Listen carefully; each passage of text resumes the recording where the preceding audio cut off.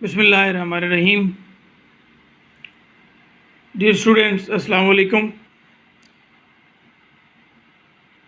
جماعت ہشتم کے اردو کے لیکچر کے ساتھ میں ہوں علی عرفان.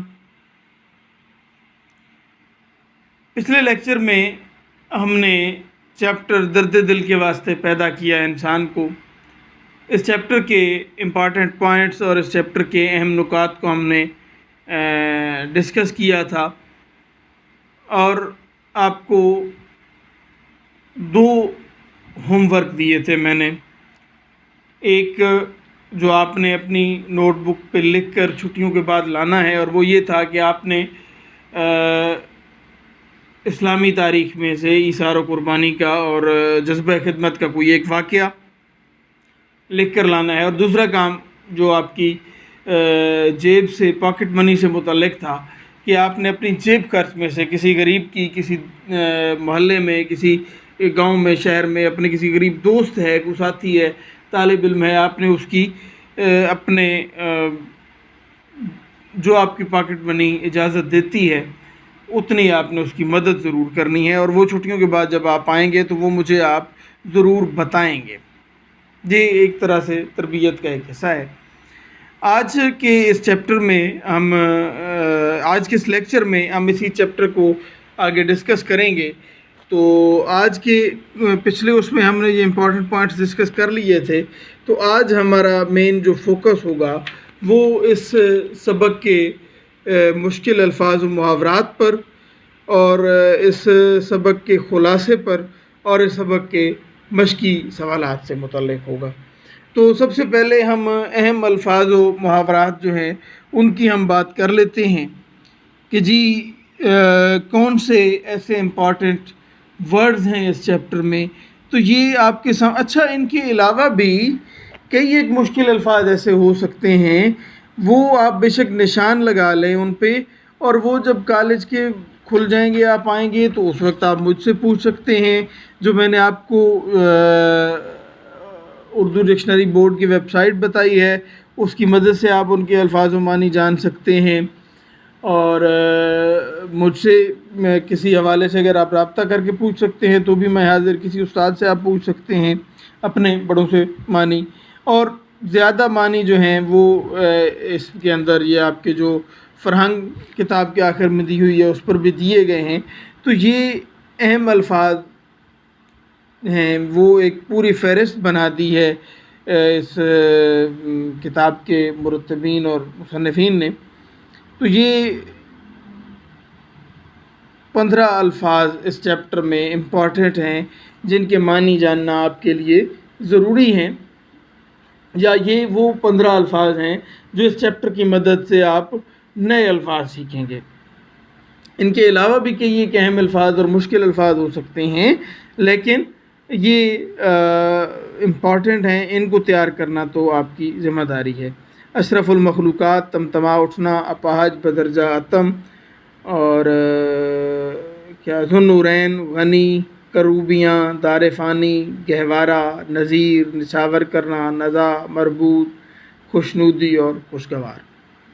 تو ان الفاظ کے آج کا آپ کا پہلا کام ہے کہ یہ 15 الفاظ، ان کے معنی آپ کو فرہنگ میں بھی مل جائیں گے، اور نہ ملے تو لغت میں سے بھی آپ ڈھونڈ سکتے ہیں.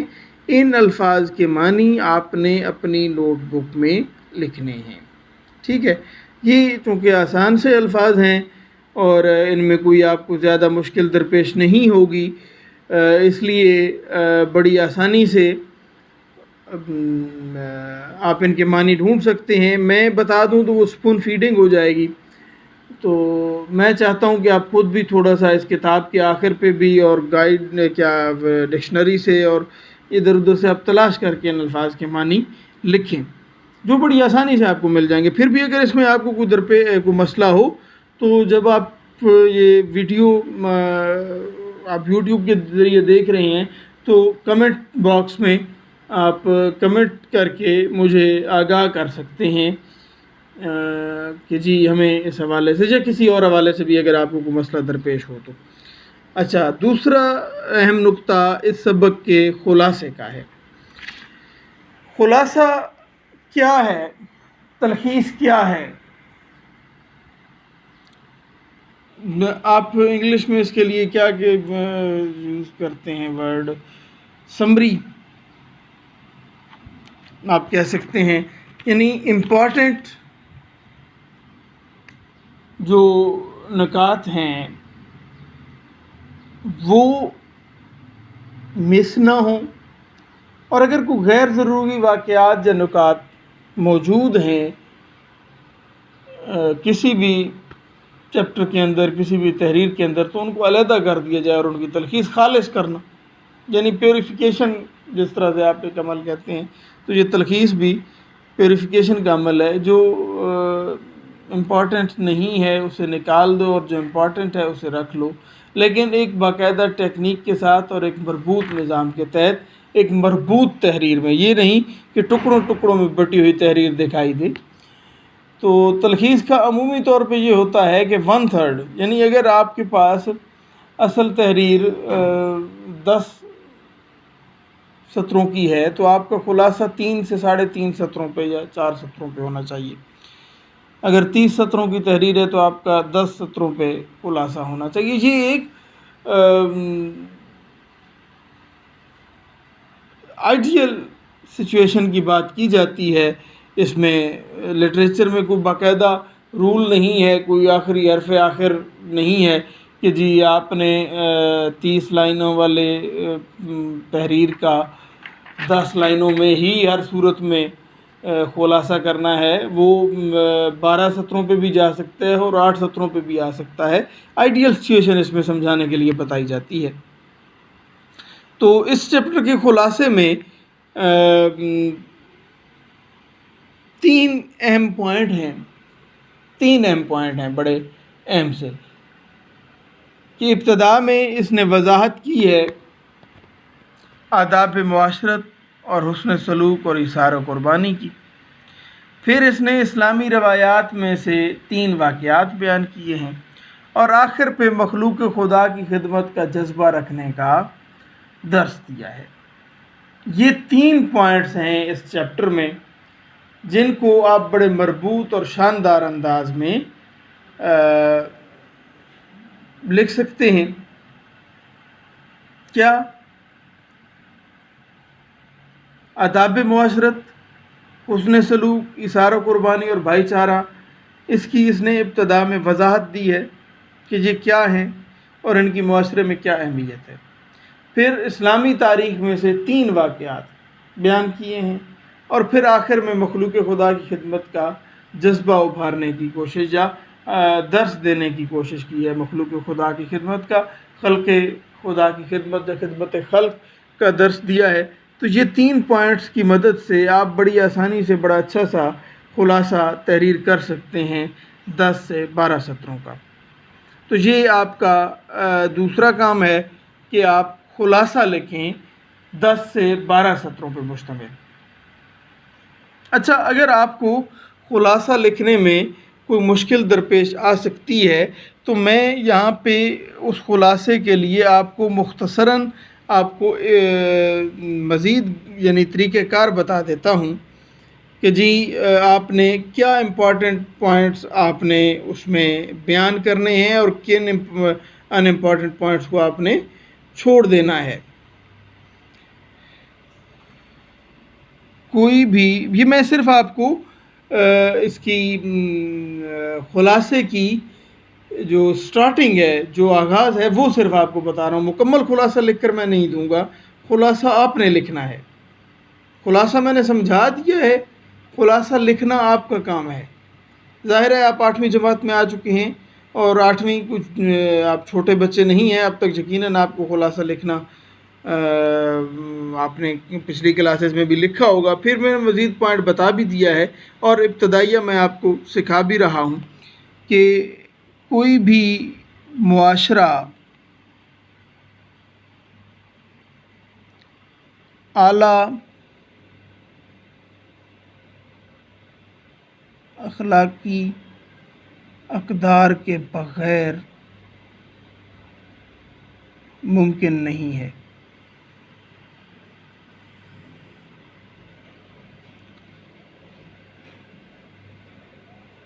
ایک دوسرے کا خیال رکھنا معاشرے کی بنیادی اکائی ہے۔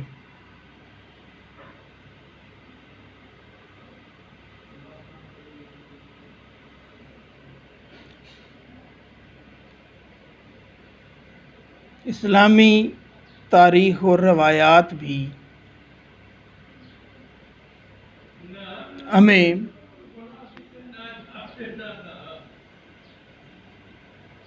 ایک دوسرے کی مدد کا درس دیتی ہیں۔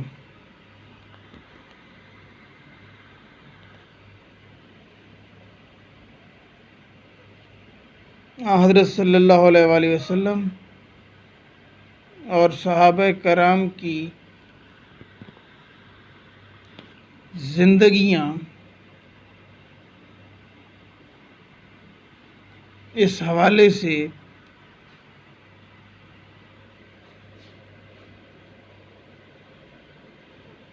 نمایاں مثالیں ہیں۔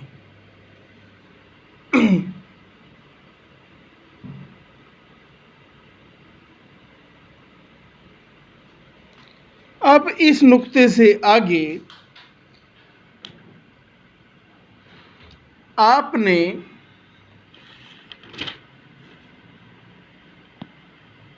اب میں آپ کو جملہ اگلا بتا دیتا ہوں۔ اس حوالے سے حضرت صلی اللہ علیہ وسلم اور صحابہ کرام کی زندگیاں اس حوالے سے نمایاں مثالیں ہیں۔ جیسے کہ قحط سالی کے عرصے میں حضرت عثمان غنی نے اہل مدینہ کی مدد کی۔ غزوہ تبوک کے موقع پہ حضرت ابوبکر نے اپنے گھر کا سارا مال جو ہے راہ خدا میں پیش کر دیا، اور جنگ یرموک میں زخمیوں نے ایک دوسرے کی پیاس اپنے اوپر دوسروں کی پیاس کو ترجیح دیتے ہوئے جام شہادت نوش کر لیا۔ ہمیں اس معلوم تاریخ سے، ان واقعات سے یہ سبق حاصل کرنا چاہیے کہ آج کے دور میں ہمیں بھی دوسروں کے کام آنے کی ضرورت ہے، معاشرے میں اپنا مثبت کردار ادا کرنے کی ضرورت ہے۔ آج اگر ہم کسی کی مدد کریں گے تو کل کو دوسرا ہماری مدد کرنے کے قابل ہوگا۔ اس لیے بحیثیت طالب علم، بحیثیت محلے دار، بحیثیت نوجوان، بحیثیت انسان، جس حیثیت سے بھی آپ کسی دوسرے کی مدد کر سکتے ہیں، آپ ضرور کسی دوسرے کی مدد کریں۔ آخر پہ بے شک آپ یہ شعر خدا کے بندے تو ہیں ہزاروں، بنوں میں پھرتے ہیں مارے مارے، میں اس کا بندہ بنوں گا جس کو خدا کے بندوں سے پیار ہوگا۔ تو یہ آپ کا خلاصہ یہاں پہ کمپلیٹ ہو جاتا ہے۔ میں نے پھر بتا دوں کہ یہ جو آپ کے سامنے سطریں میں نے 4 لکھی ہیں، یہ صرف میں نے آپ کو خلاصے کا آغاز بتایا ہے۔ اس کو آپ فردر خود ایلیبریٹ کریں گے، اور وہ میں نے آپ کو ویڈیو میں، آپ آڈیو میں سن سکتے ہیں پیچھے جا کے دوبارہ بھی، کہ میں نے آپ کو بتا دیا ہے کہ وہ سارا اس کے آگے بھی خلاصہ کس طرح سے ہوگا، وہ زبانی میں نے آپ بتا دیا، آپ سن کے لکھ سکتے ہیں، لیکن بہتر یہ ہے کہ آپ اپنی طرف سے کوشش کریں، خود سٹرگل کریں، خود ٹرائی کریں کہ آپ کو خلاصہ لکھنے میں، تاکہ آپ کی پریکٹس ہو اور آئندہ آپ کے لیے آسانی کے سبب بنے۔ اب جی تیسرا حصہ ہے آج کے ہمارے لیکچر کا، اور وہ ہے مشقی سوالات۔ تو یہ جی ہمارے سامنے کتاب آ گئی ہے، مشق میں کیا سوالات دیے گئے ہیں۔ حضرت عثمان غنی کو تاجروں نے کتنے نفع کی پیشکش کی تھی؟ یقیناً آپ چیپٹر یہ سبق کیا کتاب کے اندر سے ہی ہوتے ہیں، اور آپ یہ اس واقعے میں جائیں گے تو آپ کو پتہ چل جائے گا۔ میں آپ کو بتا دیتا ہوں کہ یہ 2 گنا نفع کی بات ہوئی تھی، لیکن آپ تفصیلی خود بھی یہ پہلے صفحے پہ یہ جو ہے واقعہ، یہ اس دوسرے صفحے پہ بیان کیا گیا ہے، اس پہ آپ یہ واقعہ تک جا سکتے ہیں۔ حضرت عثمان غنی کو زیادہ سے زیادہ نفع کہاں سے مل رہا تھا؟ جس کی خاطر حضرت عثمان غنی نے تمام تاجروں کو سامان دینے سے انکار کر دیا، یقیناً اسی سے ہی حضرت عثمان غنی رضی اللہ تعالیٰ عنہ کو زیادہ سے زیادہ نفع مل رہا تھا۔ آپ جواب کتاب کے اسی واقعے میں سے خود تلاش کریں، کیونکہ میں بتا دینا سپون فیڈنگ ہے۔ جنگ یرموک میں صحابہ نے کس ایثار سے کام لیا؟ 3 واقعات جو تھے ان میں سے ایک واقعہ جنگ یرموک کا تھا، کہ زخمیوں کا جو پانی پلانے کا واقعہ ہے، تو جنگ یرموک میں صحابہ نے کس طرح سے اپنی پیاس پر دوسرے کی پیاس کو ترجیح دی اور اپنی جان جو ہے وہ اللہ رب العزت کے سپرد کر دی، یعنی داعی اجل کو لبیک کہہ دیا۔ تو یہ ایثار کی ایک ایسی مثال ہے کہ جو آپ یقیناً ایک عام انسان کو یہ حیران کر دینے والی مثال ہے کہ عالم نزاع میں بھی آپ کسی دوسرے کا اس قدر خیال کیسے رکھ سکتے ہیں۔ ہمیں ایک دوسرے کی مدد کیوں کرنی چاہیے؟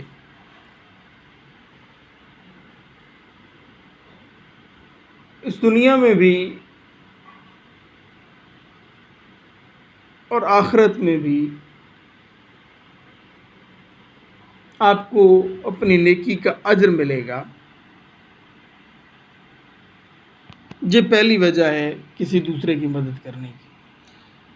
اس کے علاوہ آپ معاشرے کی مثبت تعمیر میں اپنا کردار ادا کرنا چاہتے ہیں، اس لیے آپ دوسروں کی مدد کریں۔ اور سب سے اہم بات یہ ہے کہ آپ کی مشکل وقت میں تب کوئی مدد کرے گا اگر آپ دوسروں کی مشکل وقت میں مدد کرتے ہیں۔ تو یہ سوال کا طالب علم ایک دوسرے کی مدد کیسے، اب یہ تھوڑا سا کریٹو بھی آپ کہہ لیں، یہ سوال بن جاتا ہے کہ آپ کے پاس کون کون سے راہیں ہیں بحیثیت طالب علم، کون کون سے طریقے ہیں دوسروں کی، اپنے طالب علم ساتھیوں کی مدد کرنے کے۔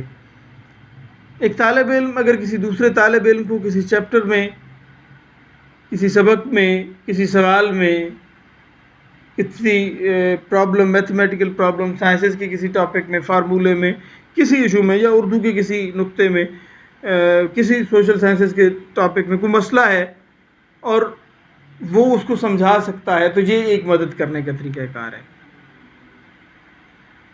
پھر دوسرا طریقہ کار کہ اپنے کسی ساتھی کو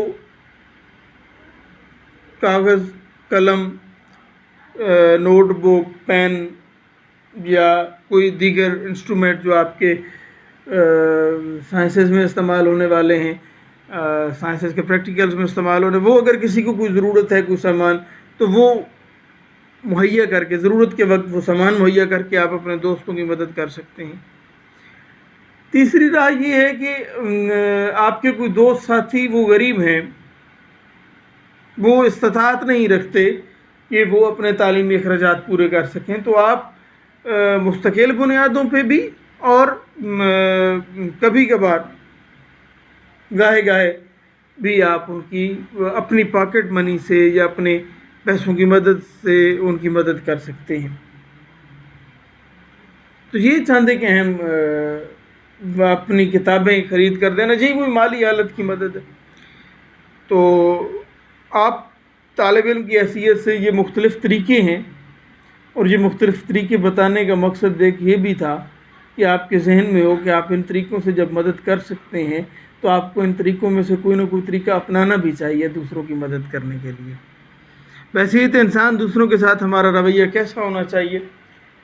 دوسروں کے ساتھ حسن سلوک سے پیش آنا چاہیے، اچھا برتاؤ کرنا چاہیے۔ احترام انسانیت انسان کو انسانیت سکھاتا ہے، انسان کی اپنی عزت میں اضافہ ہوتا ہے اگر انسان دوسروں کا احترام کرتا ہے۔ دوسروں کی ضروریات کا خیال رکھنا چاہیے، اظہار و قربانی اور خدمت خلق کے جذبے سے آپ کو ہمیشہ سرشار رہنا چاہیے، دوسروں کے ساتھ اچھا سلوک کرنا چاہیے۔ اس کے بعد آپ کے یہ مختصر سوالات کا سلسلہ شروع ہوا ہے، مختصر سوالات کیا، یہ دوسرے معروضی سوالات کا سلسلہ شروع ہوتا ہے، اور یہ سارے معروضی سوالات وہ ہیں کہ جو آپ کے